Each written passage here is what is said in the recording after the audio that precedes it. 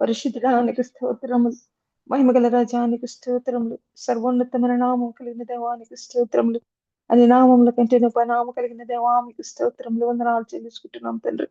స్థుతులకు పాత్రుడివి, ఘనతకు పాత్రుడివి, మహిమకు పాత్రుడు అయిన గొప్ప దేవానికి స్తోత్రములు. వందనాలు చెల్లిస్తుంటున్నాం. ఆకాశ మహాకాశములను సృజించిన గొప్ప దేవానికి స్తోత్రములు. శూన్యములో నుండి సుందరమైన సృష్టి చేసినటువంటి గొప్ప దేవానికి స్తోత్రములు. వందనాలు చెల్లిస్తుంటున్నాం. ఉన్నవాడు అనువాడు అయినటువంటి దేవానికి స్తోత్రములు. వందనాలు చెల్లించుకుంటున్నాం. ఆయన ప్రభా మార్గము సత్యము జీవమైన దేవుడు వహించినందుకు నీకు వందనములు స్తోత్రములు చెల్లించుకుంటున్నాం. గొప్ప దేవుడు వినా తండ్రి, ఆశ్చర్య కార్యములు అద్భుతమైన కార్యములు చేసిన గొప్ప దేవానికి స్తోత్రములు. పరిశుద్ధుడు పరిశుద్ధుడు పరిశుద్ధుడు పరిశుద్ధుడు దూతలతోను ప్రధాన దూతలతోను ప్రభా నా తండ్రి స్వరూపులతోను ప్రభా నా తండ్రి కిరూపులతోను నా తండ్రి నిత్యం నిరంతరం పొగడబడిచిన గొప్ప దేవానికి స్తోత్రములు. వందనాలు చెల్లించుకుంటున్నాం ప్రభా. నాయన కృపగల దేవుడివి, ఆశ్చర్యకరుడైన దేవుడివి నాయన నీకు స్తోత్రములు. మా మంచి గొర్రెల కాపుర వహించినందుకు నీకు స్తోత్రములు. మమ్మల్ని పోషించే దేవుడిగా ఉంచినందుకు నీకు స్తోత్రములు. వందనాలు నాయన. పరిశుద్ధుడు అయిన దేవుడు నువ్వు తప్ప ఈ లోకంలో ఎవరు లేరు ప్రభా. అందును ఒకటి నీకు స్తోత్రములు నాయన. పంట కుప్పలో నుండి దీరలను పైకెత్తువాడా నీకు స్తోత్రములు. వందనాలు చెల్లించుకుంటున్నాం తండ్రి. నాయన నీ నామము నా తండ్రి హెచ్చించబడినటువంటి నామము, ఘనమైనటువంటి నామము, శ్రేష్టమైనటువంటి నామము నా తండ్రి. ధవలవర్ణుడివి, రత్నవర్ణుడివి, 10,000 అతి సుందరుడమైన దేవుడివి ప్రభా నీకు స్తోత్రములు. అపరంజి వంటి పాదములు ప్రభా, అగ్ని వంటి నేత్రములు కలిగినటువంటి దేవా, 7 దీప స్తంభాల మధ్య సంచరించు గొప్ప దేవానికి స్తోత్రములు. వందనాలు చెల్లించుకుంటున్నాం. యూదా గోత్రపు సింహమానికి స్తోత్రములు. లోక పాపములు మోసుకొని పోవు దేవుని గరిపిల్లానికి స్తోత్రములు. వందనాలు చెల్లించుకుంటున్నాం ప్రభా. ఓ గొప్ప దేవానికి స్తోత్రం, స్థుతి వందనాలు చెల్లించుకుంటున్నాం నాయన. కృపగల దేవ, ఆశ్చర్యకరుడ, అద్భుతకరుడైన దేవ, ఈ ఉదయ కాలమున ఈ స్థుతి ఆరాధన నా ప్రభు నా రక్షకుడైన యేసయ్య పరిశుద్ధమైన నామమునకు చెల్లించుకుంటున్నాను తండ్రి. మహోన్నతుడమైన దేవ, సర్వశక్తిమంతుడమైన దేవ, ఈ ఉదయ కాలమున ప్రభా ఇంతవరకు జరిగినటువంటి కార్యక్రమం అంతట్లో నీ కృపను అనుగ్రహించిన తండ్రి నాయన, ప్రతి వారిని నడిపించిన విధానం బట్టి నీకు వందనాలు. నేను స్థుతించి గణపరిచిన నీ బిడ్డలందరినీ ప్రభ మీరు ఆశీర్వదించండి. ప్రభా నా తండ్రి నాయన, నీ వాక్యములు వినటానికి మేమందరం కూడించుండగా పరిశుద్ధాత్మ తండ్రి మీ కార్యములు జరిగించమని ప్రార్థిస్తున్నాను. నీ వాక్య పరిచర్య చేయనటువంటి మీ దైవ దాసులను మీ చేతులకు అప్పగిస్తున్నాను. యేసని పరిశుద్ధమైన రక్తముల బిడ్డను ముద్రిస్తున్నా తండ్రి.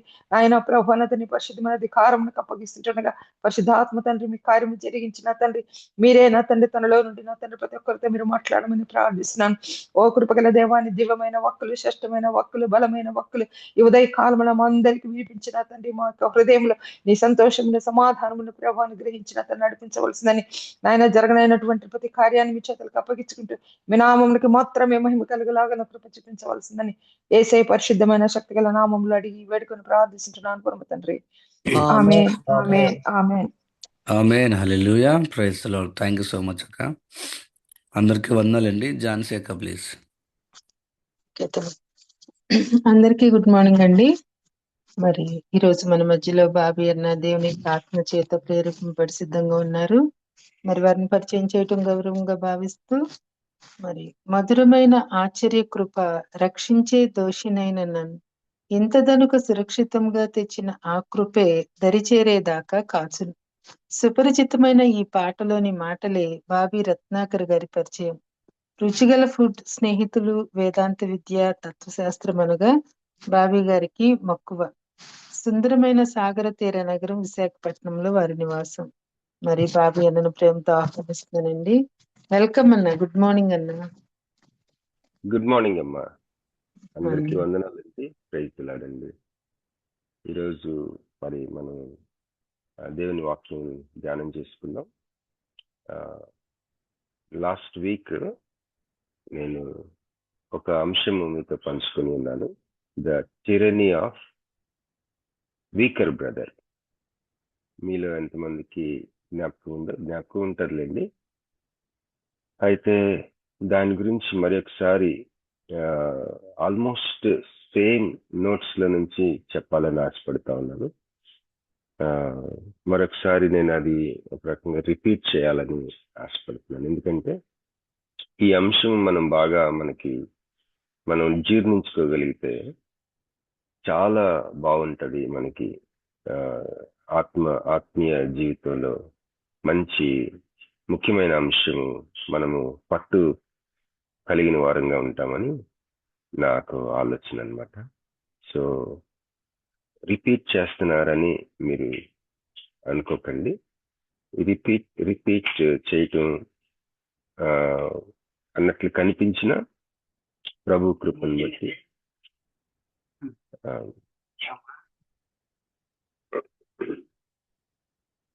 రిపీట్ చేసినట్టు అనిపించిన ప్రభు కృపను బట్టి మనకి లెర్నింగ్ లో ఒకసారి కొన్ని కొత్త విషయాలు మనం విన్నప్పుడు కొద్దిగా అవి మనకి పరిచయం అవ్వటం కానీ నేర్చుకునే విషయంలో మనకి అలాగా షార్ట్ టర్మ్ మెమరీలోకి వెళ్తాయి. మన జ్ఞాపక శక్తికి 2 ఉంటాయి అంట కదా, short term memory, long term memory. So ఆ మెమరీలోకి, మన జ్ఞాపక శక్తిలోకి, జ్ఞాపకంలోకి ఉండిపోవటానికి, అదే సమయంలో మనం గ్రహించుకోవడానికి, అదే సమయంలో మనము దానిని ఆర్టిక్యులేట్ అంటాం ఇంగ్లీష్ లో. దాన్ని మనకి ఇప్పటికే తెలిసిన జ్ఞానంలోకి అమర్చుకొని ఇమిడ్చుకోవడానికి మనకు ఉపయోగపడుతుంది. ఈ లోపల ఈ వాక్య పరిచర్య జరుగుతూ ఉన్నప్పుడు యేసుక్రీస్తు ప్రభువారు మనకి బయలుపరచబడతా ఉంటారు. దేవునికి స్తోత్రం. చిన్న ప్రార్థన చేసుకుని ముందుకు వెళ్దామండి. మహాపరిశుద్ధుడా, మా ప్రియ పరలోక తండ్రి, మీకు స్తోత్రములు, వందనములు నాయన తండ్రి. సంఘము మీది నాయన తండ్రి. మరి మీరు మమ్మల్ని నాయన ఏర్పాటు చేసుకున్నారు. సమస్తము మీది. మీరు రక్తం ఇచ్చి కొనుక్కున్నారు మమ్మల్ని. స్తోత్రములు. మీ రక్తంలో నన్ను కడగండి, మమ్మల్ని అందరినీ జ్ఞాపకం చేసుకుని యేసుక్రీస్తు నామమును, యేసయ్య రక్తాన్ని మీ సన్నిధిలో జ్ఞాపకం చేసుకుంటున్నాను. స్తోత్రములు నాయన. మరి ఇప్పుడు నీ వాక్యం ధ్యానం చేసుకుంటుండగా మమ్మల్ని జ్ఞాపకం చేసుకుని నన్ను నిశ్చితమైతే వాడుకుని నడిచి యేసుక్రీస్తు నామంలో ప్రార్థించి వేడుకుంటున్నాను తండ్రి. ఆమేన్. ఆమేన్. Praise God. మరి లాస్ట్ వీక్ మనము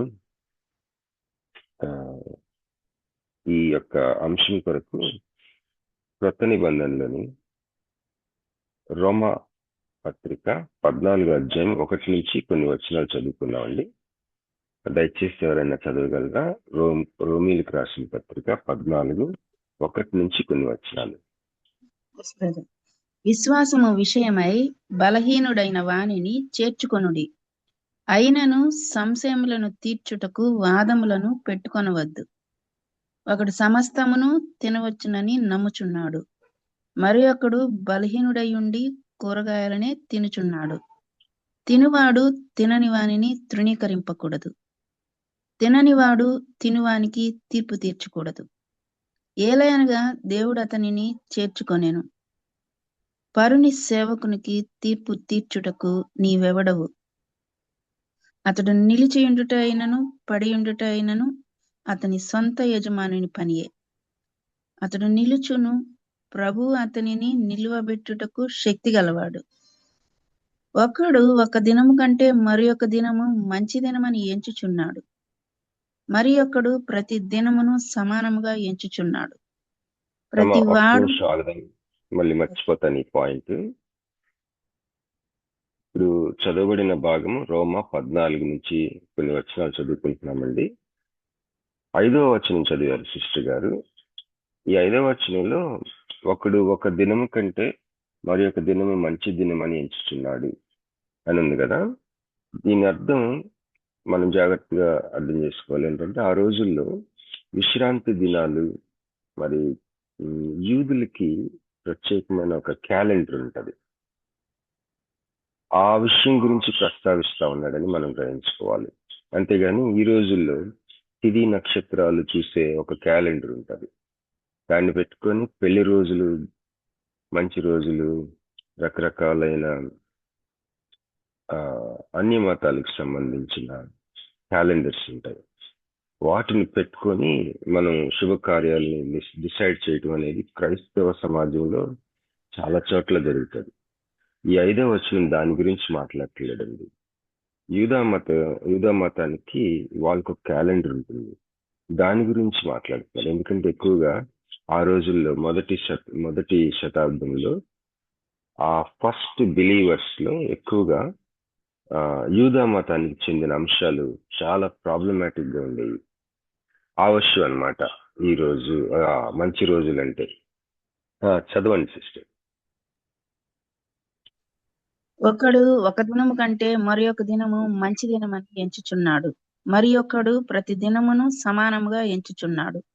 ప్రతివాడు తన మట్టుకు తానే తన మనస్సులో రూఢిపరచుకొనవలెను. దినమును లక్ష్యపెట్టువాడు ప్రభువు కోసమే లక్ష్యపెట్టుచున్నాడు. తినువాడు దేవునికి కృతజ్ఞతాస్తుతులు చెల్లించుచున్నాడు కనుక ప్రభువు కోసమే తినుచున్నాడు. తిననివాడు ప్రభువు కోసము తినుట మాని దేవునికి కృతజ్ఞతాస్తుతులు చెల్లించుచున్నాడు. మనలో ఎవడునూ తన కోసమే బ్రతికడు, ఎవడునూ తన కోసమే చనిపోడు. మనము బ్రతికినను ప్రభువు కోసమే బ్రతుకుచున్నాము, చనిపోయినను ప్రభువు కోసమే చనిపోవుచున్నాము. కాబట్టి మనము బ్రతికినను చనిపోయినను ప్రభువు వారమై ఉన్నాము. తాను మృతులకును సజీవులకును ప్రభువై ఉండుటకు ఇందు నిమిత్తమే కదా క్రీస్తు చనిపోయి మరలా బ్రతికెను. అయితే నీవు నీ సహోదరునికి తీర్పు తీర్చనేలా, నీ సహోదరుని నిరాకరింపనేలా? మనమందరము దేవుని న్యాయపీఠం ఎదుట నిలుతుము. నా తోడు ప్రతి మోకాలును నా ఎదుట వంగును, ప్రతి నాలుకయు దేవుని స్తుతించును అని ప్రభు చెప్పుచున్నాడు అని రాయబడి ఉన్నది. కనుక మనలో ప్రతివాడును తన గురించి దేవునికి లెక్క ఒప్పగింపవలెను. కంటిన్యూ చేయమంటారా? 13వ వచనం చదవండి. ఓకే. కాగా మనము ఇక మీదట ఒకనికొకడు తీర్పు తీర్చుకుందాము. ఇదియుగాక సహోదరునికి అడ్డమైనను ఆటంకమైనను కలుగజేయకుందుమని మీరు నిశ్చయించుకొనుడి. Thank you sister. చాలా బాగా చదువుతున్నారు వాక్యం, ఒక్క మిస్టేక్ కూడా లేకుండా చదువుతున్నారు. Thank you sister. నేను కూడా చాలా ప్రాక్టీస్ చేసేవాడిని తెలుగులో బైబిల్ చదువుతాం, గట్టిగా చదువుతా ఉంటాను అప్పుడప్పుడు, మనకి ఉచ్చారణ బాగా వస్తుందని. Thank you sister. చాలా కష్టమైన లాంగ్వేజ్ మన తెలుగు లాంగ్వేజ్. ఓకే, సో ఇక్కడ మరి రాయబడి ఉన్నది అని ఉంది కదా, తీర్పు తీర్చటం గురించి. 11వ వచనంలో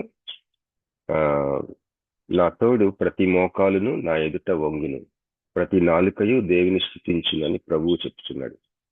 ప్రస్తుతం నాకైతే రైట్ సైడ్ మోకాలు నాకు చాలా నొప్పి ఉంటుందండి. మనలో చాలా మందికి మోకాలు నొప్పులు ఉంటాయి కదా. మోకాలు నొప్పులకి ప్రత్యేకమైన డాక్టర్లు ఉన్నారంట. నాకెలా తెలుసు అంటే, మా విశాఖపట్నంలో నేను అటు ఇటు తిరుగుతుంటే పెద్ద పెద్ద బోర్డులు కేవలం మోకాలు గురించే, మోకాలు తీసి ఇంకో మోకాలు పెడతారంట. కానీ ఇక్కడ దేవుని వాక్యం ఏముందంటే, ప్రతి మోకాలు నా ఎదుట వంగులు అని ఉంది. బహుశా మరి మోకాళ్ళకి ఎంత ప్రత్యేకత ఉంది చూడండి. విశాఖపట్నంలో పెద్ద పెద్ద బోర్డులు, మోకాళ్ళ డాక్టర్లు సెపరేట్గా ఉన్నారు ఇప్పుడు. అయితే నాలుగుకి ఎవరు డాక్టర్లు లేరు, పళ్ళకున్నారు, మోకాళ్ళకున్నారు. కానీ ఇక్కడ నాలుక గురించి కూడా ఉంది. ప్రతి మోకాలు నా ఎదుట వంగును, ప్రతి నాలుకయు దేవుని స్తుతించునని ప్రభువు చెప్తున్నాడు అని వ్రాయబడి ఉన్నది. గనుక మనలో ప్రతివాడు తన గురించి దేవునికి లెక్క అప్పగించు. ఏమి లెక్క అంటే ఇది దయచేసి జ్ఞాపకం ఉంచుకున్నాం. విశ్వాసులు అయిన మనం పరలోకంలో ఉంటామా నరలోకంలో పడేయబడతామా ఆ లెక్క కాదండి.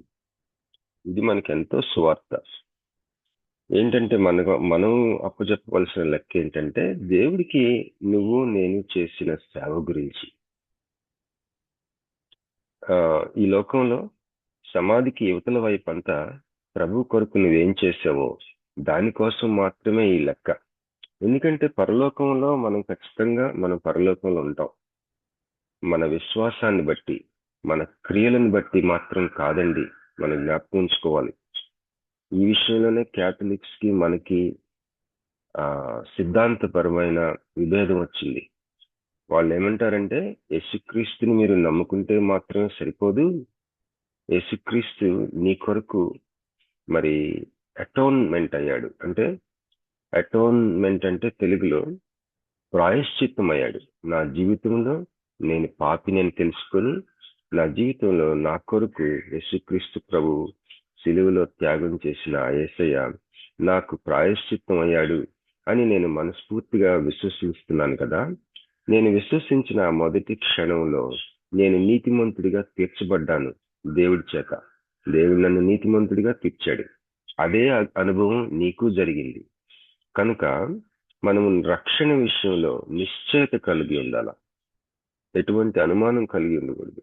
నువ్వు పరలోకంకి వెళ్తావు. ఎందుకు వెళ్తావు పరలోకానికి? బైబిల్ ప్రకారం నువ్వు పరలోకంకి వెళ్ళేది యేసుక్రీస్తు ప్రభువుని నీ కొరకు చనిపోయాడు అని నువ్వు నమ్మినందున నువ్వు పరలోకంకి వెళ్తావు. అంతేగాని నీ క్రియల ద్వారా కాదు, నీ పుణ్యకార్యాల ద్వారా కాదు, నీ మంచి కార్యాల ద్వారా కాదు, నీ నీతి కార్యాల ద్వారా అంతకంటే కాదు. మరి నీతి కార్యాలు చేయొద్దా అంటే, నీతి కార్యాలు చేయకుండా ఎలా ఉంటావు అని అడుగుతున్నాడు యాకోబు. అసలు నీకు విశ్వాసం ఉందంటేనే నువ్వు ఆటోమేటిక్ గా చేసేస్తావు. క్రియలు లేని విశ్వాసం మృతం కదా. నువ్వు యేసు ప్రభువుని నీ కొరకు ప్రాయశ్చిత్తం అయ్యాడు అని నువ్వు ఎప్పుడైతే నమ్ముతావో దానికి సంబంధించిన క్రియలు ఆటోమేటిక్ గా వచ్చేస్తాయి. అది యాకోబు పత్రిక పాయింట్. మరి ఈ విషయం మనం జ్ఞాపకం ఉంచుకోవాలా. అయితే ఇక్కడ ప్రతి మోకాలు వంగేది, ప్రతి నాలుక మరి ఆ లెక్క అప్పగించాల్సింది జీవితం గురించి.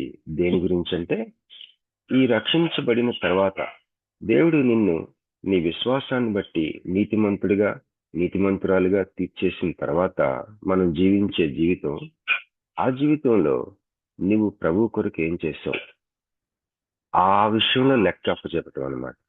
అది బహుమతులు ఇచ్చే సింహాసనపు తీర్పది. కేవలం రక్షించబడి అగ్నిలో నుంచి తప్పించబడినట్టుగా పరలోకంలో ఉంటావా, లేదా బహుమతులు పొందుకుంటావా? గొప్ప అవకాశం మనకి ఇవ్వబడింది ఈ యొక్క జీవితం, శేష జీవితం. మరి ఒక సంవత్సరం అయిపోబోతుంది, 2025 చివరి నెలలో ఉన్నాం. క్రిస్మస్ వస్తా ఉంది. క్రిస్మస్ వస్తా ఉన్నప్పుడు నాబోటోళ్ళకి అందరిలాగా ఎంజాయ్ చేయలేం. ఎందుకో నాకు తెలియదు. ఒకలాంటి గుబులు, దిగులు, దుఃఖం, ఒకలాంటి డిప్రెషన్, ఒకలాంటి ఒక్కళ్ళనే ఉందాం అనిపించే ఫీలింగ్. అందరూ పండుగ చేసుకుంటారు, ఒకలాంటి గుబులుగా దిగులుగా ఉండటం. యాక్చువల్గా పండగ ఆచరించే దాంట్లో ఇది కూడా ఒక భాగం అంట. ఒక సేవకుడు చెప్పాడు, ఇలాంటి మనస్సు కలిగి ఉండటం కూడా ఒక భాగం అంట పండుగ ఆచరించడంలో. ఎందుకంటే ఇవి మనల్ని లోతుగా ఆలోచింపజేస్తాయి. క్రిస్మస్ సంతోషాన్ని, మరి నిరీక్షణని, ఆనందాన్ని, ఒక క్రొత్త ఆలోచన తీరుని, మంచి సంతోషాన్ని ఇచ్చే పండుగ మాత్రమే కాకుండా మనల్ని మనం సెల్ఫ్ ఎగ్జామిన్ చేసుకునే ఒక సమయం కూడా. మరి ఎన్నడూ ఆలోచించని ఆ విషయాలు లోతుగా ఆలోచించుకోగలగటానికి ఒక అవకాశం. క్రిస్మస్ ట్రీ చూసినప్పుడు, లేదా క్రిస్మస్ డెకరేషన్స్ చూసినప్పుడు, ఇంటి మీద స్టార్ చూసినప్పుడు, నిన్న ఎవరో నాకు నా స్పిరిచువల్ సన్ నా దగ్గరికి వచ్చి, డాడీ మేము క్రిస్మస్ షాపింగ్ చేశాం, ఇదిగో మీకు కూడా బట్టలు కొన్నామని తీసుకొచ్చి, నేను బయట ఉన్నాను, మా డోర్ దగ్గర పెట్టి వెళ్ళాడు న్యూ డ్రెస్సెస్. మళ్ళీ నాకెంత బాధ వేసిందో, ఆనందం కలగాలి కదా, ఒకలాంటి ఫీలింగ్ అనమాట. క్రిస్మస్ అంటేనే ఒకలాంటి ఫీలింగ్ వస్తుంది. అలాగా అందరూ పండుగ చేసుకున్నప్పుడు మనం ఒకలాగా దిగులుగా ఉన్నాం అనుకోండి, అది యాక్చువల్గా లోతైన కార్యం మనలో జరుగుతున్నట్టు ఒక గుర్తు. తర్వాత ఇంకొక సేవకుడు ఏం చెప్పాడంటే, అడ్వెంట్ అన్న మాట వింటాం మనం. అడ్వెంట్ అంటే రావటం అని, కమింగ్ అని, లేదా ఒక రాకడ అని. అయితే అడ్వెంట్ అంటే ఏంటంటే, యేసుప్రభువు వారు మరి మొట్టమొదటిగా ఈ లోకానికి మరి వచ్చినప్పుడు ఆయన నరుని ధరించి శిశువుగా పుట్టి 33 సంవత్సరాల తర్వాత శిలువలో మరణించి, ఆయన మరణం జయించి లేచి పునరుద్ధానమయ్యి ఆరోహణమయ్యాడు. అది మొదటి రాకడగా మనం చూస్తాం కదా. అయితే మనం రెండో రాకడ కొరకు ఎదురు చూస్తా ఉన్నాం. అయితే అడ్వెంట్ అన్న మీనింగ్ ఏంటంట, ఈ రెండు రాకడల్ని ఒక రాకడ కిందే చూసే మీనింగ్ అంటది. ఆయన వచ్చారు, మెరుని ధరించుకుని వచ్చారు క్రిస్మస్ రోజున.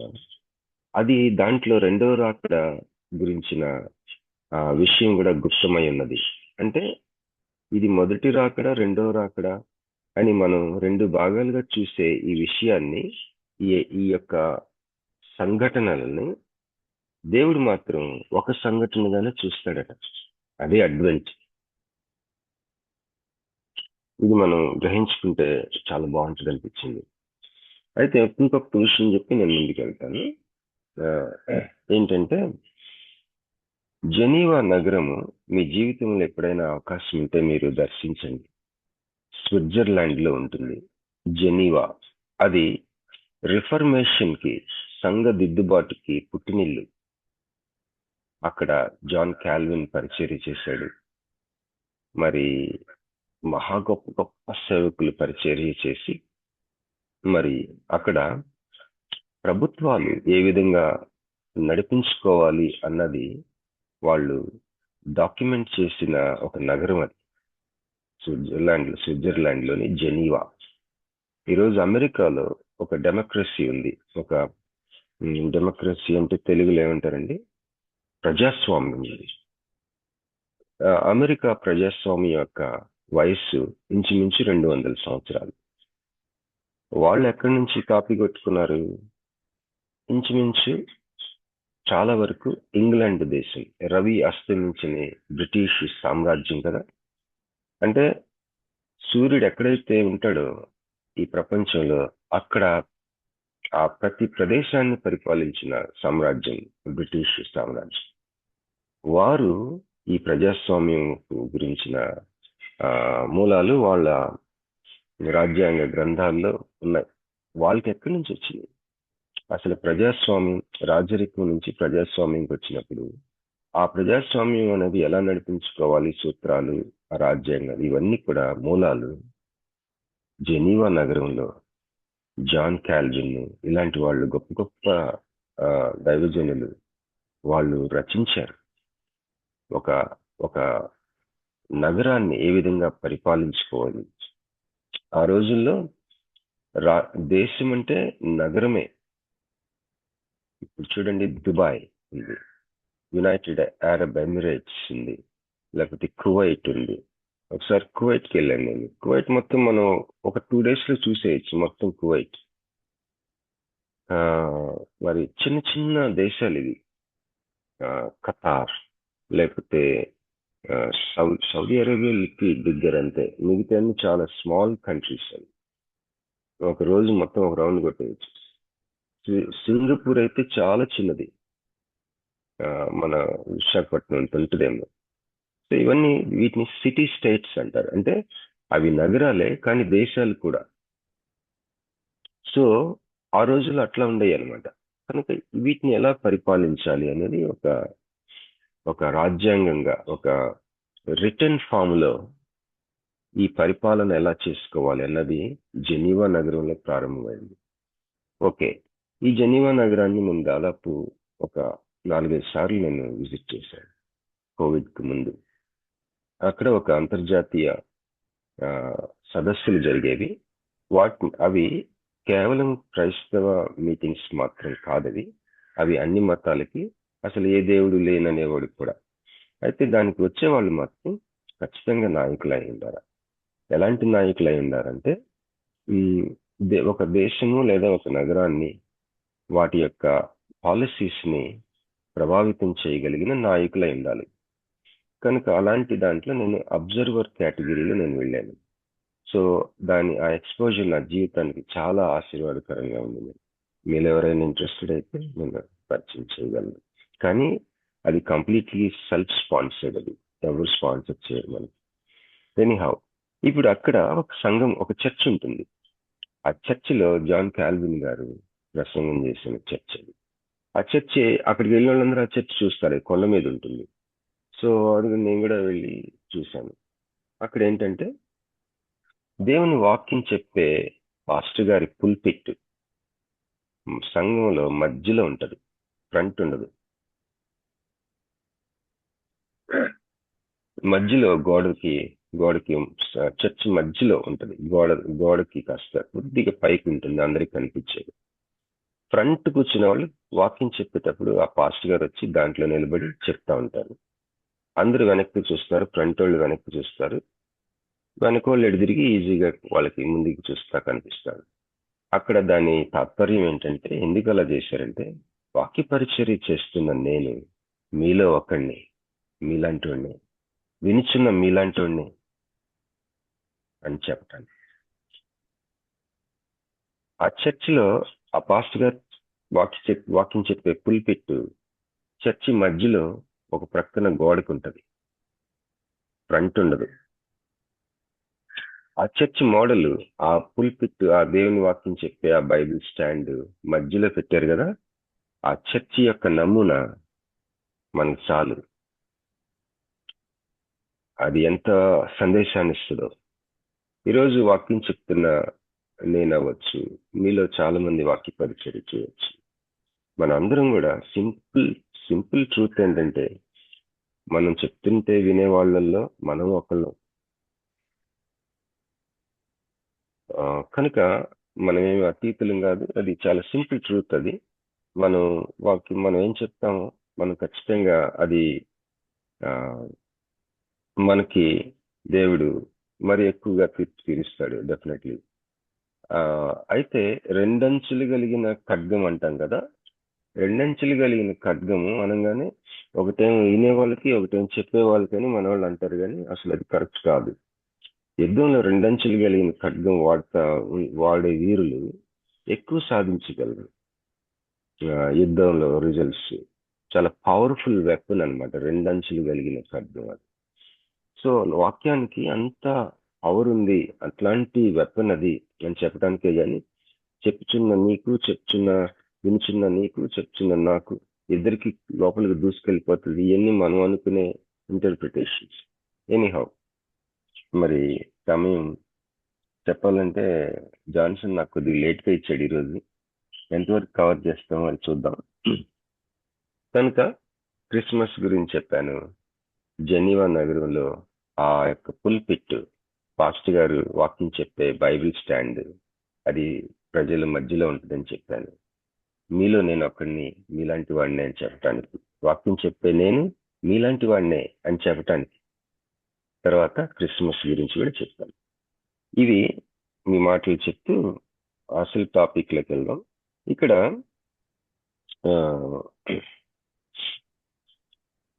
విశ్వాస విషయంలో బలహీనమైన సహోదరుడు, రోమా 14లో స్టార్టింగ్ లోనే ఉంటది. విశ్వాస విషయమే బలహీనుడైన వాడు. అది ఈ విషయంలో, విశ్వాస విషయంలో బలహీనమైన వాడు, అతడు ఆ యొక్క వ్యక్తి యొక్క నిరంకుశ స్థితి, అంటే శాసించే స్థితి. ద టిరనీ అన్న మాట ఇంగ్లీష్ లో స్పెల్లింగ్ ఏంటంటే TYRANNY,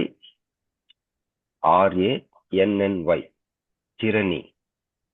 ఈ టిరనీ అన్న మాట సర్వసాధారణంగా హిట్లర్ పరిపాలన ఎలాంటిది? టిరనీ అని, నిరంకుశత్వం. మరి నేను ఈ సందేశాన్ని మీతో పంచుకున్నాను లాస్ట్ సండే. ఇది ఎక్కడి నుంచి నేను నేర్చుకున్నానంటే, R.C. స్ప్రౌల్ అనే ఒక దేవుని సేవకుడు, ఆయన ప్రసంగం ఇది యూట్యూబ్ లో ఉంటుంది, మీరు చూడొచ్చు. నేను మన గ్రూప్ లో కూడా పెట్టాను. The tyranny of the weaker brother. మనం ఎప్పుడు విన్నాం ఇది, ఎప్పుడు నేను వినలా. అది వినిన తర్వాత నాకు అనిపించింది, నా జీవితంలో నేను చాలాసార్లు ఇట్లా బిహేవ్ చేశాను. నేను విశ్వాస విషయంలో బలహీనుడిగా ఉంటూ నేను చెప్పిందే శాసనం అన్నట్టు ప్రవర్తించాను కదా. నాకు చాలా సిగ్గేసింది, బాధేసింది. ఇది మనందరం తెలుసుకొని ఉంటూ మంచిది అనిపించింది. ఒక మార్కెట్ ప్లేస్ లో ఒక విట్నెస్ గా, అంటే వృత్తి వ్యాపార రంగాల్లో ఒక దేవునికి సాక్షిగా మనం తెలుసుకొని ఉంటూ మంచిది. పరిచర్య చేసే ఒక పాస్టర్ గారిగా, కాపరిగా, నాయకుడిగా, మరి వాక్యం చెప్పే పరిచారకులుగా, వాక్య పరిచారకులుగా మనం తెలుసుకున్నట్టు మంచిది అనిపించింది ఈ point. The tyranny of weaker brother. ఈ సందేశం యొక్క టైటిల్ విశ్వాస విషయంలో బలహీనుడైన వాడి యొక్క నిరంకుశత్వం. అయితే ఈ టాపిక్ లో మనము 2 అంశాలు చూసాం, ముఖ్యమైనవి. ఏంటంటే అవి antinomianism and legalism. Antinomianism and legalism. మరి ఈ యొక్క విశ్వాస యాత్రలో ముఖ్యంగా మనం తెలుసుకోవాల్సిన పాయింట్స్ చాలా ముఖ్యమైనవి. ఏంటంటే నీవు యేసుక్రీస్తు ప్రభువుని నమ్ముకున్నప్పుడు, యేసుక్రీస్తు ప్రభువుని నువ్వు నమ్మినందున దేవుడు నిన్ను నీతిమంతుడిగా, నీతిమంతురాలుగా తీర్చేశాడు. మన స్థితి మారిపోయింది దేవుని దృష్టిలో నీ విశ్వాసాన్ని బట్టి. ఇక అక్కడి నుంచి మనం జీవించే యాత్ర అంతటికి దాన్ని శాంక్టిఫికేషన్ అంటాం, అంటే పరిశుద్ధపరచబడుతూ ఉండే జీవితం. ఈ పరిశుద్ధపరచబడుతూ ఉండే జీవితం కూడా విశ్వాస మూలంగానే జరగాలి. దయచేసి గుర్తుపెట్టుకోండి, క్రియల మూలంగా కాదు. అంటే ఏంటి? అప్పుడు మనకి యాకోబు బలి అవసరం అవుతాడు. యాకోబు పత్రిక, రోమా పత్రిక 2 వ్యతిరేకంగా కనిపిస్తాయి బయటికి, కానీ 2 ఒకటే. రోమా పత్రికలు ఏమంటాడంటే, ఒరే బాబు, మీరు దయచేసి ఒకటి అర్థం చేసుకోండి, మీ పుణ్యకార్యాలు, నీతి కార్యాల ద్వారా మీరు దేవుడి యొక్క రైచియస్ డిమాండ్స్ మీరు తృప్తిపరచలేరు. నీ జీవితంలో నువ్వు ఎన్నడూ కూడా దేవుని యొక్క నీతి, దేవుడు మనల్ని ఏ విధంగా నీతిగా ఉండమంటున్నాడో ఆ నీతి, ఆయన ఎట్లాంటి నీతి ఆయన ఎదురు చూస్తున్నాడో నీలో, నీ జీవితంలో ఎన్నడూ కూడా నువ్వు అట్లా ఉండలేవు. రక్షించబడిన తర్వాత కూడా ఒక తెలుగులో ఒక సామెత ఉంటుంది, తాత దిగి రావాల అని. నీ జీవితంలో, నా జీవితంలో దేవుడికి ఒక ఆశ ఉంది, నువ్వు ఇట్లా నీతిగా ఉండాలని. అది నీ వల్ల కాదు. చాలా మంది వాళ్ళ వల్ల అయినట్టు యాక్షన్ చేస్తుంటారు, అదంతే కేవలం action. No, it is impossible. Difficult కాదు, it's impossible. It is impossible. దేవుడు రైచియస్ డిమాండ్స్ ఉన్నాయి ఆయనకి నీ జీవితంలో, అది సాటిస్ఫై చేయటం ఇంపాసిబుల్. నువ్వు మరి ఎట్లా? మరి నేను నీతిగా ఉండలేనా? మంచిగా ఉండలేనా? బాగుంటున్నాను కదా, మంచిగా ఉంటున్నాను కదా. నీ దృష్టికి నువ్వు బాగుంటున్నావేమో, అది దేవుడి రైచియస్ డిమాండ్స్ ని సాటిస్ఫై చేయలేదు. దేవుని యొక్క నీతి డిమాండ్స్ అంటే ఏంటంటే, ఆయనకి నీ దగ్గర నుంచి ఒక నీతి కావాలా, అది నువ్వు తృప్తిపరచలేవు. ఇంపాసిబుల్, నీ వల్ల అవ్వదు. నువ్వెంత ప్రయత్నించినా నీ వల్ల అవ్వదు. ఒకవేళ అవుతుందని అనుకుంటున్నావంటే అది నీ భ్రమే. అందుకనే రోమా పత్రిక, యాకోబు పత్రిక మనకి చాలా చక్కటి ఆలపు చెవులు, ఈ యొక్క చిక్కుముడిని ఇచ్చేస్తుంది. మరి ఎట్లా? నేను రక్షించబడ్డాను. సహోదరి సహోదరుడా, నువ్వు ఎట్లా రక్షించబడ్డావు? ఒకసారి జ్ఞాపకం చేసుకో.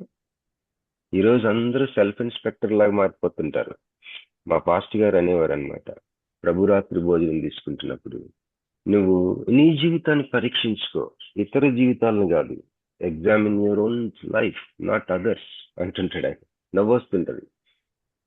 ఈరోజు మోరల్ పోలీసులు ఉంటారు మన సంఘాల్లో, వాళ్ళ జీవితంలో చాలా ఉంటాయి. ఒకసారి నేను వైజాగ్ కొత్తగా వచ్చినప్పుడు ఒక చర్చికి వెళ్ళాను.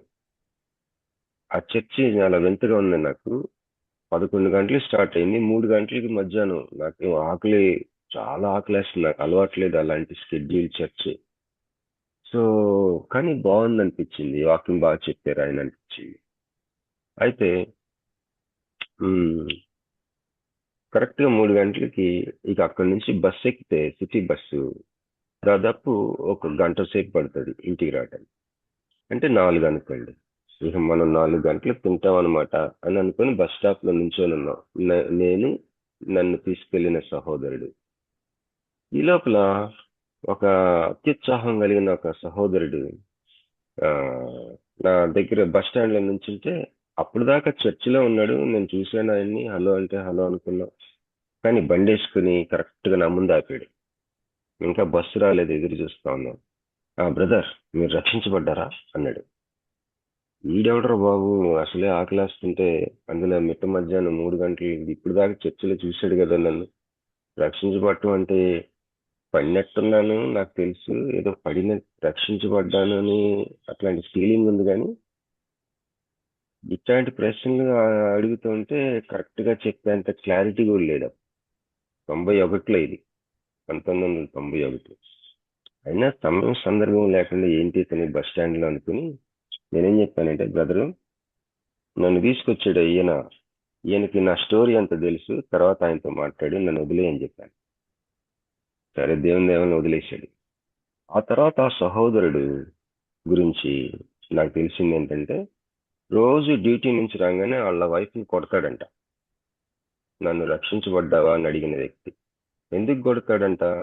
ఆమెకి అనుమానం అంట. ఎందుకంటే ఆమెకి ఆల్రెడీ పెళ్లికి ముందు ఒక లవ్ అఫేర్ ఉండేదంట. అది జ్ఞాపకం చేసుకుని రోజు కొడతాడంట ఆమెను.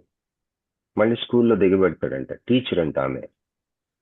ఓరు భలే ఉంది సంగతి అనుకున్నాను నేను. నన్ను మాత్రం వచ్చి రక్షించబడ్డావా అని అడుగుతున్నాడు. ఇలాంటి వాళ్ళు చాలా మంది ఉంటారు మన చుట్టుపక్కల. వాళ్ళకి వాళ్ళే సెల్ఫ్ అపాయింటెడ్ ఇన్స్పెక్టర్స్ లాగా మన జీవితాల మీద ఎవడో కాపలా పెట్టినట్టు.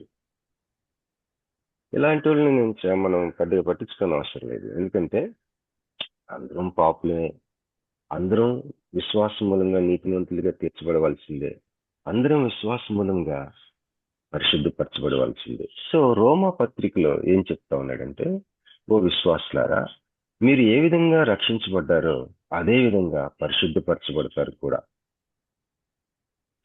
అయితే మరి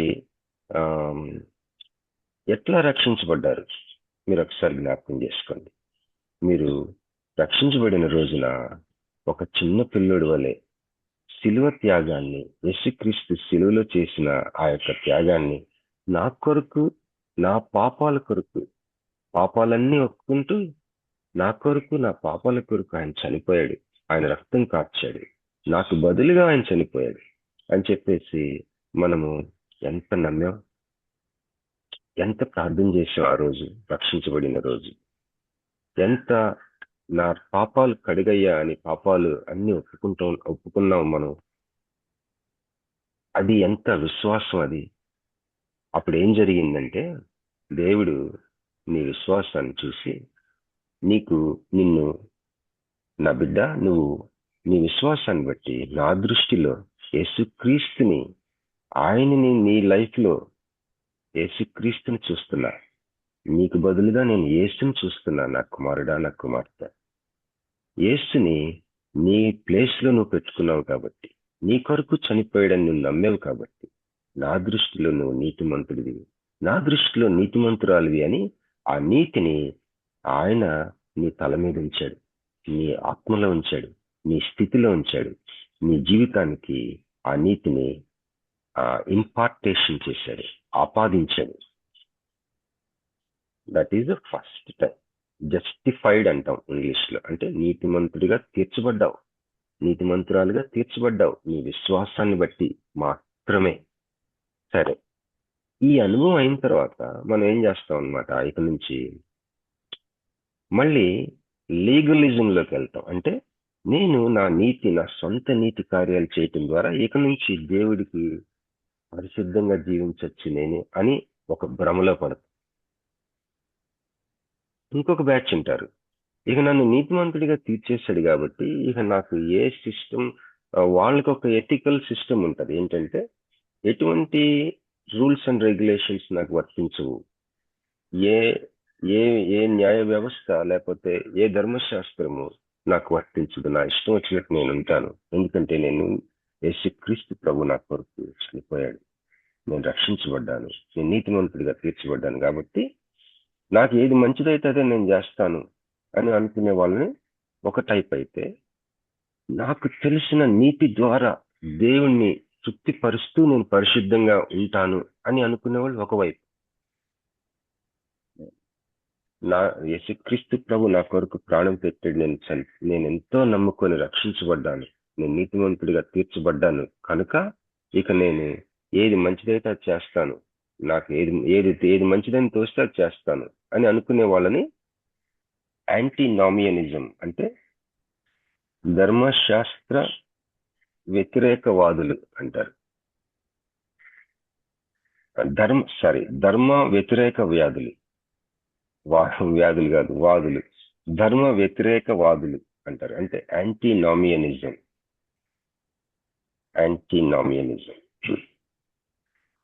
అంటే లా లెస్ పీపుల్. యాంటీ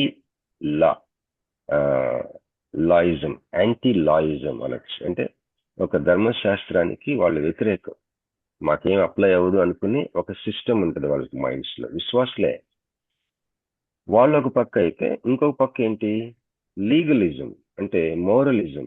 నేను ఇక రక్షించబడిన తర్వాత వీళ్ళు ఎలా తయారవుతారంటే, ఆల్రెడీ మంచిగా ఉంటారు కదా కొంతమంది వాళ్ళల్లో. విశ్వాసుల్లో 2 రకాలు ఉంటారు. మంచిగా ఈ లోకంలో మంచిగా జీవించి రక్షించబడే వాళ్ళు ఒక టైప్ అయితే, ఇంకొకళ్ళు బాగా తప్పిపోయిన కుమారుడు టైప్ అని నాలాంటి వాళ్ళు. అలాంటి వాళ్ళు ఇలాంటి వాళ్ళు అందరూ కలిసి రక్షించబడినాక ఇక ఏం చేస్తారనమాట వీళ్ళు, ఇక అక్కడి నుంచి ఇదిగో ఈ సెల్ఫ్ ఇన్స్పెక్టర్ లాగా, మోరల్ పోలీసు లాగా తయారైపోయి, లేకపోతే వాళ్ళ కాళ్ళు చాలా నీతిమంతులాగా ఒకలాంటి భక్తి జీవితం అనేది ఒక లైఫ్ స్టైల్ గా చక్కగా జీవించే అలవాటు చేసుకోగలరు. వాళ్ళకి తెలిసిన ఒక భక్తి లైఫ్ స్టైల్ ఉంటుంది, ఒక పర్టికులర్ బిహేవియరల్ ప్యాటర్న్స్ వాళ్ళకి తెలుసు. అంటే మాట్లాడే తీరు అవ్వచ్చు, సంఘంలో నడుచుకునే తీరు అవ్వచ్చు, ఇవన్నీ కూడా బాగా వంట పట్టించేసుకుంటారు దేవుణ్ణి ఈ విధంగా మనం ప్లీజ్ చేయాలని. ఇప్పుడు చూడండి, పరిసయ్యులు పుదీనాలో 10వ భాగం ఇస్తారంట. పుదీనా మొక్కలు ఎప్పుడైనా వేసారా మీరు? మేము వేసాం ఒకసారి. మన కుండీల్లో, తొట్టిల్లో, పాట్స్ లో వస్తాయి. వాటిల్లో ఒక 10 మొక్కల్లో ఒక మొక్క తీసుకెళ్ళి ఇస్తున్నారంట చర్చిలో. కానీ నీకు తెలిసిన ఆ పరిచయలకు తెలిసిన ఒకడికి అన్యాయం జరుగుతా ఉంటే పట్టించుకోరు. మైనర్ విషయాల్ని మేజర్ గా ప్రదర్శిస్తా ఉన్నారు వాళ్ళు. అంతేకాకుండా లూప్ హోలిజం అంట. అంటే ఏంటి ఈ లూప్ హోలిజం? అంటే వాళ్ళు దేవుని యొక్క ధర్మశాస్త్రంలో ఉన్న విధులని పాటిస్తున్నట్టు బయటికి కనిపిస్తారు. ఈ రోజుల్లో కూడా విశ్వాసులు చాలా నీతిగా లంచం తీసుకోరు ఆఫీసర్స్, విశ్వాసులు. కానీ ఒకసారి నేను అడిగాను, ఒక పెద్ద పోలీస్ ఆఫీసర్ అన్నమాట, నాతో ట్రావెల్ చేశాడు. యాక్చువల్లీ ఆయన స్పీకర్ గా వచ్చాడు. ఏం బ్రదర్, మరి మీకు ఈ బ్రైబ్స్ గురించి ఎట్లాగా, నేను విన్నాను వద్దంటే వచ్చి ఇస్తూ ఉంటారంట కదా మీ లెవెల్ ఆఫ్ ఆఫీసర్స్. మాకు అవసరాలు అంతే కదండి అన్నాడు సింపుల్ గా. ఇదేంటిది అవసరాలు అంతేయా? లూప్ హోలిజం అంటే ఎక్కడైనా ఒక లూప్ హోల్ దొరికితే చాలు, బయటికి మాత్రం నీతిగా జీవిస్తున్నట్టు కనిపిస్తూ, అనీతి జీవితంలో ఎక్కడ లూప్ హోల్ తగిలినా, ఎక్కడ చిన్న సందు దొరికినా రాజీ పడిపోయి అదంతా వ్యవహారం అంతా ఆ సందులోనే వంకరగా నడిపించేసుకొని బయటికి మాత్రం సంఘంలో, సమాజంలో నీతివంతుడిగా జీవిస్తున్నట్టు యాక్షన్ చేయాలి. ఇన్కమ్ ట్యాక్స్ రిటర్న్స్ వేయరు చాలా మంది, చర్చెస్ కూడా వేయరు. మీ సంఘాలకి ఇన్కమ్ ట్యాక్స్ రిటర్న్స్ వేస్తున్నారా? వేయరు. చాలా మందికి వేయరు. చాలా మందికి FCRA ఉండదు, ఫారిన్ డబ్బులు తెచ్చేసుకుంటారు. చాలా రకరకాలు, చాలా పెద్ద పెద్ద తెలుస్తూ ఉంటాయి. ఫైనాన్షియల్ ఏరియాస్ మెయిన్ గా, వాటిల్లో దేవుని ఆత్మచేత నడిపించబడకుండా మెస్సప్ అయిపోయిన చర్చెస్ చాలా ఉన్నాయి. మరి లూప్ హోలిజం, బయటికి నీతిగా కనిపిస్తూనే లోపల మరి ఏమంటారు, ఒక రకంగా లూప్ హోల్స్ అడ్వాంటేజ్ తీసుకోవటం పరిచయాల యొక్క ఇదన్నమాట. మరి మేజరింగ్ ఇన్ మైనర్స్, లూప్ హోలిజం. అలాగే ఇంకొకటి ఉందండి, ఈ పరిచయాలు చేసే పని దేవుని యొక్క ధర్మశాస్త్రానికి వాళ్ళ సొంత ఆచార వ్యవహారాలు లేకపోతే సొంత ట్రెడిషన్స్ ని యాడ్ చేయటం, to add to the law of God. ఇవి పరిసయ్యుల యొక్క లీగలిజమ్స్ లోని ప్రాబ్లం. పరిసయ్యులు ఏంటంటే మా సొంత నీతి ద్వారా దేవుని యొక్క రైచియస్ డిమాండ్స్ ని సాటిస్ఫై చేయగలము అనుకునే ఒక గ్రూప్ అది. ఈరోజు మనలో చాలా మంది అట్లుంటాం. నేను కూడా చాలాసార్లు నా జీవితంలో నేను ఈ ట్రాప్ లో పడిపోయాను. మంచిగా నీతిగా బ్రతికితే దేవుడు నాకు మార్కులు వేస్తాడు అనుకుంది. నో. మార్టిన్ లూథర్ని అడగండి, ఆయన ఏం చెప్తాడంటే, రక్షించబడ్డావు కదా. ఈరోజు చాలా మంది మనం ఏమని ప్రార్థన చేస్తామంటే, ఇదిగో నా రక్షణ పాత్రను చేతబుచ్చుకొని కృతజ్ఞత ఆస్తుతులు చెల్లించు. ఆ కృతజ్ఞతలో నుంచి వచ్చే క్రియలే దట్స్ ఇనఫ్ ఫర్ గాడ్. యాకోబు చెప్పిన రోమాపత్రిక ఏం చెప్తున్నాడంటే, నీ విశ్వాసం మాత్రమే నిన్ను నీతిమంతుడిగా తీరుస్తుంది, నీ విశ్వాసం మాత్రమే నిన్ను పరిశుద్ధపరుస్తుంది. మరి క్రియలొద్దా అంటే రోమా రాసిన పౌలు అంటాడు, క్రియలు ఆటోమేటిక్ కదా అంటాడు. యాకోబు అంటాడు, క్రియలు లేని విశ్వాసం ఉంటుందా అసలు చూపించు అని అంటాడు. అసలు డిస్కషన్ ఎందుకు? ఇప్పుడు మన బిడ్డ, నేను కొన్ని వీడియోస్ చూస్తా ఉన్నాను, ఫాదర్కి కూడా కిస్సెస్ అవసరం కానీ ఆ వీడియో. ఇప్పుడు తల్లి ఏం చేస్తుంది, ఎంత పిల్లలకి చాలా సన్నిహితంగా ఉంటది కాబట్టి తల్లితోటే ఎక్స్ప్రెసివ్ గా ఉంటారు పిల్లలు. ఫాదర్ కొద్దిగా డిస్టెన్స్ మెయింటైన్ చేస్తాడు, ఫాదర్ కొద్దిగా అంతగా. కానీ టీనేజ్ పిల్లలు, కొద్దిగా ఎదుగుతున్న పిల్లలు ఆ వీడియోలో తండ్రి సోఫాలో కూర్చున్నప్పుడు సడన్ గా వచ్చి వెనక నుంచి తండ్రిని కౌగిలించుకుని ముద్దు పెట్టిన అప్పుడు ఆ తండ్రి ఏ విధంగా ఏడుస్తా ఉన్నాడు, లేకపోతే ఎట్లా రెస్పాండ్ అయ్యాడు, ఆ వీడియో చూశాను. ఇప్పుడు ఆ కొడుకు గాని ఆ కూతురు గాని ఎందుకు తండ్రికి అట్లా కౌగిలించుకుని ముద్దు పెట్టారు? ఏదో చేశాడు ఆ తండ్రి. ఆ రోజు ఒక గిఫ్ట్ ఇచ్చాడు, లేకపోతే కాలేజీ ఫీజు మొత్తం తీర్చేసాడు, లేకపోతే ఒక మోటార్ బైక్ కొన్నాడు. వెంటనే వచ్చి వాళ్ళు కౌగిలించుకొని ముద్దు పెట్టేసరికి, లేకపోతే ఇంకొక వీడియో చూశాను, ఒక ఫాదర్ కి మోటార్ బైక్, ఒక పర్టికులర్ బుల్లెట్ అనుకుంటా, బుల్లెట్ మోటార్ బైక్ ఇష్టం అంట. ఆ అబ్బాయి వాళ్ళ సన్ ఉద్యోగం రాగానే ఫస్ట్ జీతంతో సర్ప్రైజ్ చేశాడు, బయట మోటార్ బైక్ పెట్టి డాడీకి కళ్ళకు గంటలు కట్టి నీకు గిఫ్ట్ తెచ్చానని తీసుకెళ్ళి చూపిస్తే ఎదురుగా ఆ బండి పట్టుకుని గట్టిగా ఏడ్చేస్తాడు ఆ తండ్రి. నేనేం చెప్తున్నానంటే, నీకున్న వ్యక్తిగత సంబంధంలో ఆ కుమారుడు తండ్రితో ఉన్న వ్యక్తిగత సంబంధంలో తను చేస్తున్న క్రియలు అవి ఆ సంబంధంలో నుంచి వస్తా ఉన్నాయి. ఆటోమేటిక్ గా సెపరేట్ చేయలేము. సంబంధం లేదనుకో అసలు క్రియలు ఉండవు కదా. సో ఇది చాలా జాగ్రత్తగా ఉంది.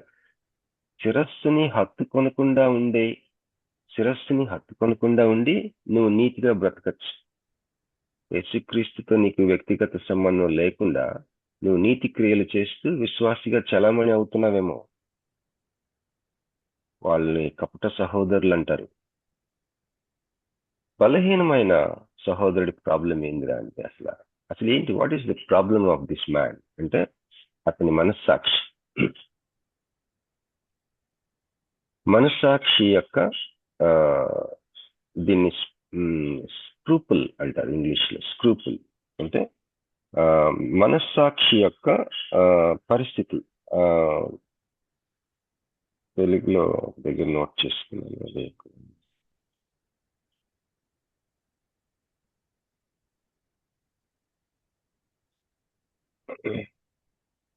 మనస్సాక్షి, ఆయన మనస్సాక్షి ప్రాబ్లం. చూడండి, వెజిటబుల్స్ మాత్రమే తింటాడంట అతను, కానీ విశ్వాసుల్లో కొంతమంది చికెన్ మటన్ తినేస్తుంటారు. వేరే కంట్రీస్ లో బీఫ్ కూడా తింటుంటారు. అయితే విశ్వాసులే ఇలాగా కొన్ని విషయాలు చేస్తాం, కొంతమంది అమ్మో తప్పు అనుకుంటారు. కొన్ని విషయాలు ఏం పర్వాలేదు, ఇది దేవుడే కదా మరి సృష్టించాడు అని మంచి విశ్వాసంతో చేస్తూ ఉంటారు. బలహీనమైన విశ్వాస విషయంలో బలహీనమైన సహోదరుడి ప్రాబ్లం ఏంటి? అతడి మనస్సాక్షి. దాన్ని ఒక రూల్స్ పెట్టే స్థాయికి తీసుకురావడం అనేది మనం అంగీకరించకూడదని ఈ యొక్క మెయిన్ సందేశం. ఇక్కడ ఆడియోఫోరా అన్న పదం కూడా మీకు పరిచయం చేశాను. ఈ ఆడియోఫోరా అంటే తటస్థ విషయాలు. వాటిలో రక్షణ ఉండదు, పాపం ఉండదు. రక్షణ ఉండదు, పాపం ఉండదు. మరి ఇవి మనల్ని నిర్బంధించని విషయాలు. ఇవి ఏంటి అన్నది ఏకాభిప్రాయం కలిగి ఉండటమే సహవాసంలో పెద్ద తాళపు చెవి. మన సంఘంలో యాంటీ నామియనిజం ఉన్న విశ్వాసులు ఉంటారు, లీగలిజం ఉన్న విశ్వాసులు ఉంటారు. అంటే నేను రక్షించబడ్డాను కాబట్టి ఇక నేను ఏది మంచిదైతే అదే చేస్తాను, నేను నా దృష్టికి ఏది మంచిదైతే అదే చేస్తాను అనుకుని ఒక ధర్మశాస్త్రానికి ఎటువంటి కట్టుబాట్లు లేని ఒక వ్యక్తులు ఉంటారు విశ్వాసులను. వాళ్ళని అడిగితే ఎందుకు మీకు ఏది తెలిస్తే అది మంచిదని ఇష్టం వచ్చినట్టు ఉంటున్నారు అని అంటే వాళ్ళు ఏమంటారంటే, ఇక నాకు ఏ రూల్స్ వర్తించు, లేదా నాకు ఒక సిస్టమ్ ఉంది, నేను రక్షించబడ్డాను, నేను ఆలోచించగలను, నాకు ఏది మంచిదని తోస్తే నేను అట్లనే ఉంటాను, దేవుడికి కూడా అది అంగీకారం అని వాదించేవాళ్ళు వాళ్ళు. లేకపోతే వాదించకపోయినా వాళ్ళు అట్లా ఉంటారు. యాంటీ నామియనిజం, యాంటీ లాయిజం అన్నమాట. అయితే నిజానికి చెప్పాలంటే ధర్మశాస్త్రంలో 3 ఉంటాయి. మరి ఆచార సంబంధమైన ధర్మశాస్త్రము, మరి ఆహారపు అలవాట్లకు సంబంధించిన ధర్మశాస్త్రము, మూడోది నైతిక విలువలకి మోరల్ లా, నైతిక విలువలకి సంబంధించిన ధర్మశాస్త్రం. నైతిక విలువలకు సంబంధించిన ధర్మశాస్త్రానికి అది మనకు అప్లై అవుతుంది రక్షించబడిన తర్వాత. ఎందుకు అప్లై అవుతుంది? తిరిగి నీతిమంతులంగా తీర్చబడటానికి, పరలోకంకి వెళ్ళటానికి కాదు. మనం ఆల్రెడీ నీతిమంతులంగా తీర్చబడ్డాం. నైతిక విలువలు, నైతిక సంబంధమైన ధర్మశాస్త్రం మనం ఎందుకు పాటించాలంటే దాన్ని పాటించడానికి మెయిన్ పర్పస్ పరిశుద్ధపరచబడటానికి మాత్రమే, అంతేగాని నీతిమంతులంగా తీర్చబడటానికి కాదు. ఇది అలా ఉంచుదాం. ఇంకొక రకమైన విశ్వాసులు ఎవరంటే లీగలిజం, అంటే వారికి తెలిసిన సొంత నీతి క్రియల ద్వారా, ఈ పరిసయ్యుల టైప్ అన్నమాట. ఈ వాళ్ళకి తెలిసిన మంచి కార్యాలు, లేకపోతే మంచి భక్తిగా ఉండటం, మంచిగా నీతిగా ఉండటం అనేది వాళ్ళకి తెలిసిన ఆ యొక్క నీతి కార్యాల ద్వారా దేవుణ్ణి తృప్తిపరచగలరు, నీతిమంతుడిగా అవటానికి తృప్తిపరచగలం అనుకునే విశ్వాసులు. వీళ్ళిద్దరికి కనెక్టెడ్ గా కొన్ని అంశాలు ఉంటాయి. ఏంటంటే తటస్థ విషయాలు, ఆడియోఫోరా, ఏది చేయొచ్చు, ఏది చేయకూడదు. ఇలాంటి విషయాలు ఏకాభిప్రాయం కలిగి ఉండటానికి సంఘాల్లో మనం ప్రయత్నించాలని సందేశం అన్నమాట. ఈ విశ్వాస విషయంలో బలహీనమైన సహోదరుణ్ణి చిన్న చూపు చూడకూడదు. ఎవరు? విశ్వాస విషయంలో బలమైన వాళ్ళు. అయితే విశ్వాస విషయంలో బలహీనమైన సహోదరుడు ఏం చేయాలి? విశ్వాస విషయంలో నీకంటే బలమైన వాడిని చూసి నువ్వు తీర్పు తీర్చకూడదు. ఇవి ఆజ్ఞలు మనకి ఇవ్వండి రోమాపత్రిక 14లో. అయితే కాలక్రమేణ ఏమవుతుందంటే ఈ విశ్వాస విషయంలో బలహీనమైన వాడు కాలక్రమేణా బలవంతుడు అవుతా ఉంటాడు. విశ్వాస విషయంలో బలమైన వాడు ఏం చేస్తుంటాడు? బలహీనమైన వ్యక్తి సహోదరుణ్ణి కనికరంతో డీల్ చేస్తాడు. అయితే ఒకే ఒక ఎగ్జాంపుల్ చెప్పి నేను ముగిస్తాను. ఏంటంటే ఆ ఎగ్జాంపుల్ పౌలు గారు ఏం చేశాడంటే తిమోతికి సున్నతి చేపిస్తాడు, తీతుకి చేపి. Classic example. తిమోతిని తను చూస్ చేసుకున్నప్పుడు అపోస్తల కార్యాల్లో మనం చూడగలం.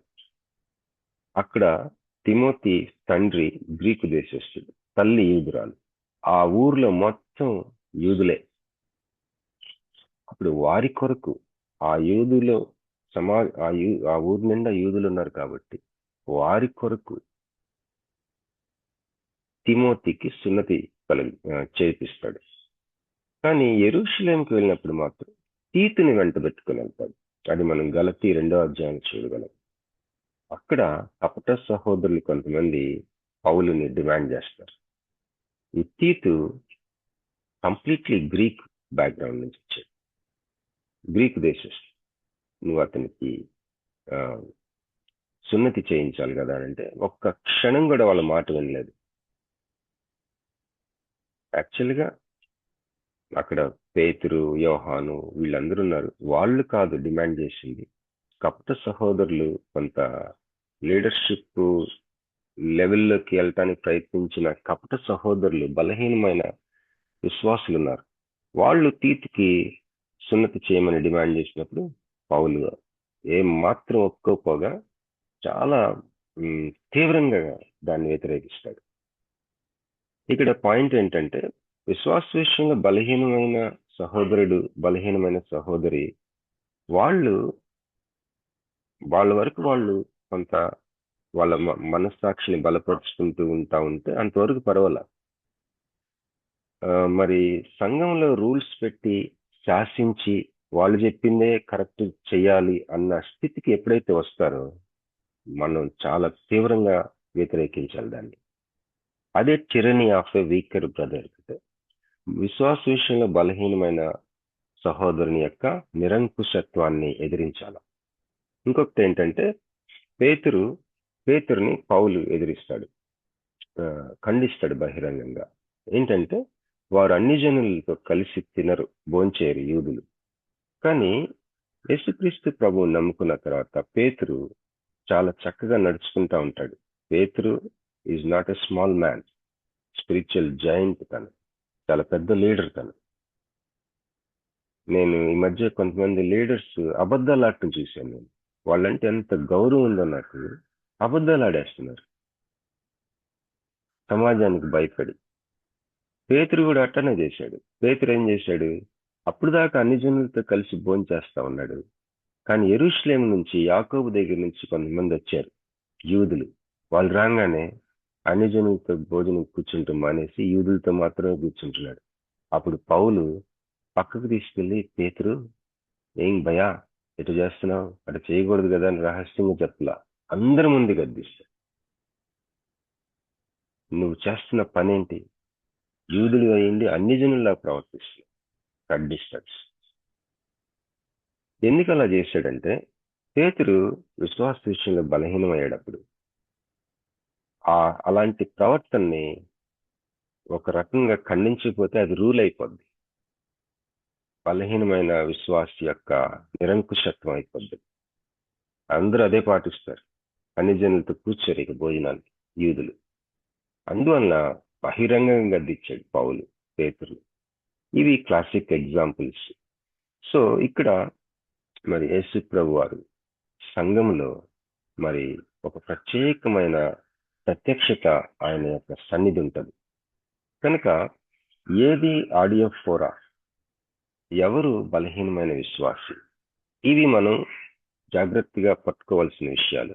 ఒక్కోసారి విశ్వాస విషయంలో బలహీనమైన సహోదరుడిని నేనే అవ్వచ్చు, నువ్వే అవ్వచ్చు. మనస్సాక్షి విషయంలో సందేహాలు నిన్ను బాగా సంఘర్షణ కలుగు చేస్తూ ఉండొచ్చు నీ అంతరంగంలో. కానీ అవి రూల్స్ పెట్టే స్థితికి నేను వెళ్ళకూడదు నా మనస్సాక్షి సందేహాన్ని. ఇవన్నీ కూడా మనం క్రోడీకరించుకొని ప్రభువుని చూద్దాం. సంఘంలో, సహవాసంలో ఆయన సన్నిధిని మనం గుర్తుపట్టే స్థితికి మనం వెళ్ళాలని నా ప్రార్థన, మన ప్రార్థన. Thank you so much. కొద్దిగా ఎక్కువ టైం అయిందని క్షమించండి. Over to sister Jhansi Gudipati. Praise the lord, hallelujah. Thank you so much daddy. Blessed one. ఎంతో దీవించబడ్డాము, ఆత్మీయంగా బలపరచబడ్డాము. సహవాసం తరపున మీకు ప్రత్యేక వందనాలు చెప్తున్నాడు. ప్రార్థన చేసుకుని ముగించుకుందామండి. డాడీ మీరు ఆశీర్వాదం ఇవ్వాలి. సేవకులు ఎవరు లేరు దీంట్లో. ఓకే అమ్మా. అంటే ప్రార్థన, ముగింపు ప్రార్థన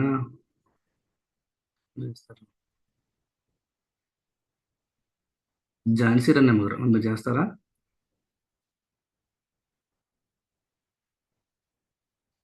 జీవక మీరు చేయండి అక్క.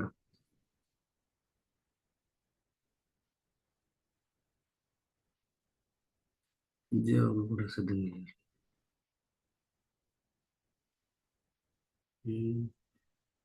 మనోహరం గారు మీరు చేయండి అమ్మా ముగింపు ప్రార్థన.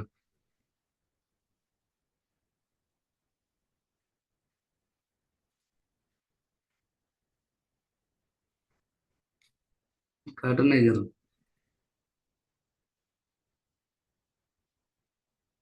కాటన్నయ్య గారు. Johnson daddy. నువ్వు చెయ్యి. Okay daddy. మహాగొండ మహోన్నతుడ మా యేసయ్య మీకు వందనాలైనా ఇప్పటి వరకు తండ్రిని వీటిని తండ్రి మా మధ్యలో నిలబెట్టినందుకు మీకు వందనాలు చెల్లిస్తాం తండ్రి. మాతో మాట్లాడిన విధానం బట్టి నేను మీకు వేలాది స్తుతులు స్తోత్రాలు చెల్లిస్తాం ప్రభావ. మీకు వందనాలైనా ప్రతిరోజు తండ్రి నీ సేవకులు మా మధ్య ఎంతో బలంగా తండ్రి మీరు నడిపిస్తున్న విధానం బట్టి మీకు వేలాది స్తుతులు స్తోత్రాలు చెల్లిస్తాం ప్రభావ. మీరు మా మధ్యలో ఉన్నారని నమ్ముతున్నాను తండ్రి. మీకు వందనాలు అయ్యా తండ్రి. ఇప్పుడు తండ్రి సంఘాలకు వెళ్ళి తండ్రి ప్రభావ నీతో ప్రభావ నీ సన్నిధిలో తండ్రి సావాసం గడుపుచుండగా తండ్రి ఆ సంఘాల్లో ప్రభావ మీ ఆత్మ ప్రాబ్లం చేయమని నడిచిన నాయన మీకు వందనాలు.